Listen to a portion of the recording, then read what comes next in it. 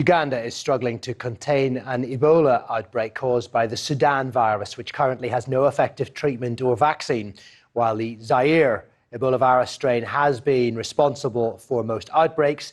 There's growing concern the Sudan virus could spread even faster. Darren Allen Kayune reports.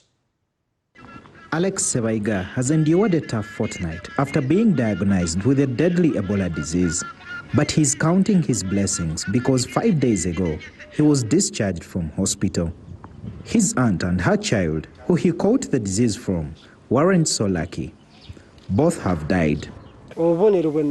I had a fever, the head and back were hurting and my bones were in pain too. I rushed for treatment, so I never got the major signs like vomiting or diarrhea. The doctors quickly helped me, but my other colleagues I went with got those major signs, and even those that I had helped suffered with them. About 5 of them died while I was watching. The region is now on high alert over the rare Sudan strain of the Ebola virus. The death rate is much higher than the other more common Zaire variant, as there is no effective treatment or vaccine. The Ebola virus has brought misery for families in this area. 2 days ago, a victim was buried here, but now the surviving relatives are facing stigma from other residents. The Mubende hospital is currently at the center of the outbreak, and there is restricted access to patients who have been put under isolation. Its capacity has been boosted with manpower and equipment like this mobile laboratory, set up to quicken results of blood and other fluid samples by at least 2 hours. And at the hospital, we are mainly concentrating on caring for the sick and protecting the health workers, as well as participating in other pillars of care. Sebaiga and other recovered patients are still monitored for 21 days after being released from hospital. Health response teams are also providing communities with thermometers and collecting data for contact tracing. Frontline health workers are, however, at a risk. We lost over 64 health workers during COVID-19. They were never compensated. As we talk right now, there's no compensation plan set up yet. And right now, we are heading into another deadly catastrophic disease. And as we know, it has a high mortality.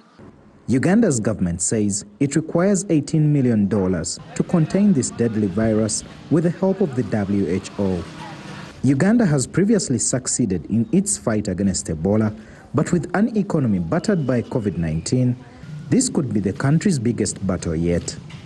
Darren Allen Kayune, TRT World, Mubende, Central Uganda. Let's get more on this. Dr. Bharat Pankanya is a senior clinical lecturer at the University of Exeter Medical School and joins us now live from the UK. Dr. Bharat, thank you very much indeed for your time.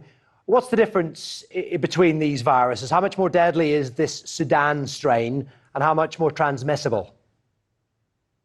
So with transmissibility, it's about the same as all the other Ebola viruses.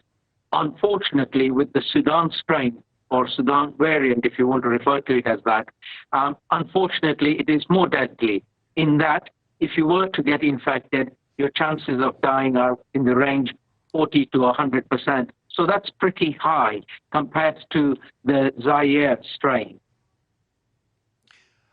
And how much likelihood is there that a vaccination can be developed? Clearly, there is already one for the Zaire strain. So how complicated will that be to take the building blocks of that and apply it to the Sudan strain? So we've got proposals for a clinical trial to be tried out in Uganda, and we are waiting for approval for new vaccines against the Sudan strain to be tested out. Having said that, we've already got one. Unfortunately, it can't be used because of the way it works.